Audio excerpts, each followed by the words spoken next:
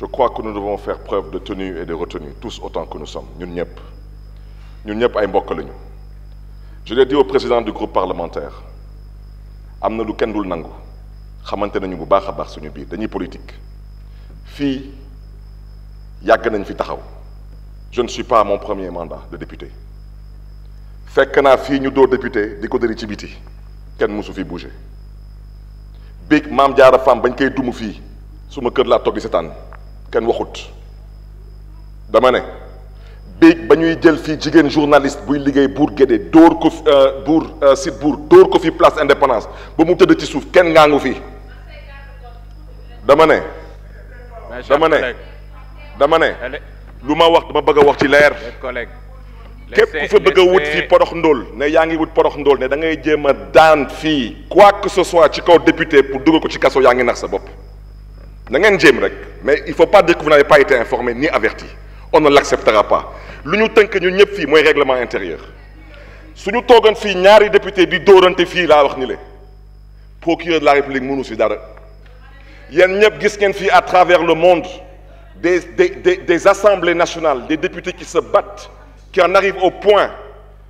Il y a même des effusions de sang, il n'y a aucune arrestation. Nous sommes protégés en session par une immunité parlementaire et par le règlement intérieur. Maintenant, c'est très simple. Comme waxu violence ngeen di wax dama ne du ngeen nekk ci dëkk bi di rey ay ñoom François Mancabou taxaw fii di wax ay waxu violence. dama ne du ngeen taxaw fii di rey Fulbert Sambou taxaw fii di wax ay waxu violence. dama ne du ngeen fii rey 14 morts taxaw fii di wax ay waxu violence.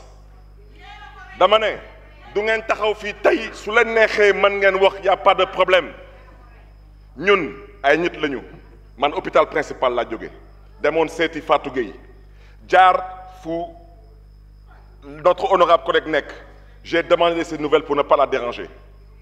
Sur les vidéos tout le monde a vu ce qui s'est passé, tout le monde. On a certes vu un député descendre ici aller mettre une claque à un autre collègue député, ce n'est pas une première. Mais tout le monde sait c'est quoi une arme. Député bu fi dugg jël ce qu'on considère comme étant une arme jëmale ko ci beneen député, on considère effectivement que le procureur de la République peut s'autosaisir. kan moo fi yëkkati fi chaise arme la parce que chaise wala marteau mën naa ko jël dóor ko doomu aadama gaañ ko. kan moo fi yëkkati chaise du benn yoon mais ñaari yoon ci vidéo bi vous êtes de la presse, ouvrez vos yeux et exploitez l'information de façon objective et de façon constructive. S'il vous plaît, je vous en prie, s'il vous plaît, un peu de tenue et de retenue. On n'est pas là pour aboyer, on est là pour échanger, on n'est pas là pour se disputer, on est là pour discuter. Mes chers collègues. Je vous invite à vous de la presse. Je vous invite à vous de la presse. Je le dis, je le répète. Je ne vous ai pas une fois de plus sonné et la courtoisie de la fermer. Je peux continuer s'il vous plaît? Non. Depuis quelques jours, on observe ici, je le dis bien une certaine, et j'insiste sur une certaine presse, qui veut nous faire croire qu'une députée a été comme ça de façon délibérée, violentée. Est-ce que c'est la première fois que des députés, je prends ici le président du groupe parlementaire Wallu à témoin, l'un des plus expérimentés dans cette assemblée. Est-ce que c'est la première fois qu'il y a des actes de violence ici? Ce n'est pas la première fois. Est-ce qu'il y a des poursuites judiciaires? Aucune poursuite judiciaire, parce que le règlement intérieur est clair. On ne peut poursuivre aucun député pendant une session. Wax ji mooy lan ñu fi bëgg a wut porox ndóol. Il cherche à domestiquer cette assemblée, particulièrement cette opposition, on ne l'acceptera pas. Il cherche à aplatir cette opposition, on ne l'acceptera pas.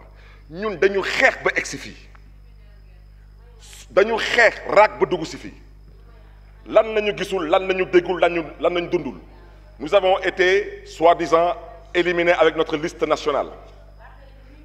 Nous avons soi-disant été encore une fois de plus été des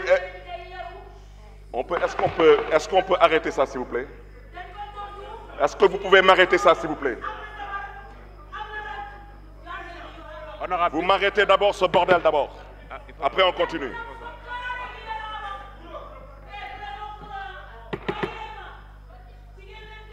Mes chers collègues,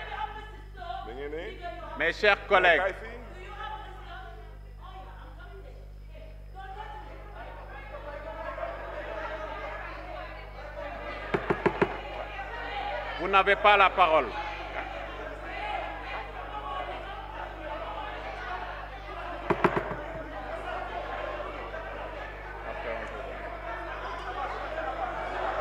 comme na ngeen ay mbéj moo leen di xaw a tere nelaw kaay rek nga ñëw di nga xam ne ne jeune pesu la. Honorable reewantu tubéy la. Honorable député, dama ne reewantu tubéy la nekk leen ñit. Vous allez respecter les gens parce que nous sommes là pour se respecter.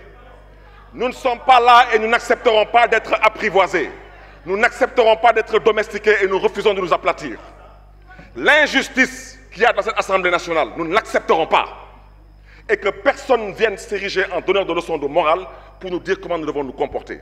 Nous exprimons toute notre compassion à notre collègue qui a été violenté. Je le répète une fois de plus. Regardez la vidéo objectivement et commentez-la. Le procureur de la République n'a absolument pas à se mêler de cette histoire. Il n'a qu'à aller s'occuper de l'histoire de François Mancabou, de l'histoire de Fulbert Sambou, de l'histoire de tous les assassinats qui ont été commis dans ce pays. C'est de ça qu'il s'agit. Aujourd'hui, je le répète, une arme, une chaise est une arme. Une gifle n'est pas une arme. Que le procureur de la République fasse preuve de tenue et de retenue. Mais à ce titre aussi, ñu ngi masawu képp kuy jigéen parce que jigéen la ñu jur jigéen la jur suñu ay doom wante dama ne nañu ànd ak dal gis ngeen lii mbokk yi lii yëppay jeex ci nettali lay mujjee nañu góorgóorlu ba nettali bi rafet maa ngi jóglu tamit askanu Sénégal bu baax a baax monsieur le président je vous remercie.